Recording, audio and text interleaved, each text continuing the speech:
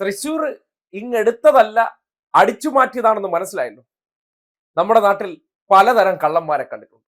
മാലക്കള്ളൻ, തേങ്ങാക്കള്ളൻ, കാട്ടുകള്ളൻ, തടിക്കള്ളൻ, പണം കള്ളൻ, അങ്ങനെ പലതരത്തിലുള്ള കള്ളന്മാരെ നമ്മൾ കണ്ടിട്ടുണ്ട്. പക്ഷേ തൃശ്ശൂർ അടിച്ചു മാറ്റിയ ഒരു കള്ളൻ, അതെങ്ങനെ നേരെ ചൊവ്വയല്ല, കട്ടതാണെന്ന് കൃത്യമായി ബോധ്യപ്പെടുകയാണ്. അതായത് നമ്മുടെ നാട്ടിൽ ബണ്ടിച്ചോർ എന്ന് പറയുന്ന ഒരു വലിയ കള്ളൻ തലസ്ഥാനത്ത് വന്നിട്ട് അതീവ സുരക്ഷയുള്ള വീട്ടിൽ കയറി മോഷ്ടിച്ചതിന്റെ ദൃശ്യം പുറത്തു വരികയും പിന്നെ സാഹസികമായി പോലീസ് അറസ്റ്റ് ചെയ്യുകയും ചെയ്തു. അതുപോലെ തൃശ്ശൂരിന് എടുക്കാൻ വേണ്ടി സാഹസികമായിട്ടുള്ള മോഷണം നടത്തിയ ഒരു കള്ളനെ കയ്യോടെ പിടിക്കുമ്പോൾ ഏതൊക്കെ തരത്തിലാണ് കേരളത്തിലെ അല്ലെങ്കിൽ ഇന്ത്യയുടെ ജനാധിപത്യം അട്ടിമറിക്കാൻ വേണ്ടി ചില കള്ളന്മാർ, അതായത് ബണ്ടി ചോർ എന്ന് പറയുന്നത് പോലെ നമ്മുടെ നാട്ടിലെ തൃശ്ശൂർ ചോർ വന്ന് അവിടെ വോട്ടിലൊക്കെ കൃത്രിമം കാട്ടി വോട്ട് അടിച്ചു മാറ്റിക്കൊണ്ട് പോയിരിക്കുകയാണ്.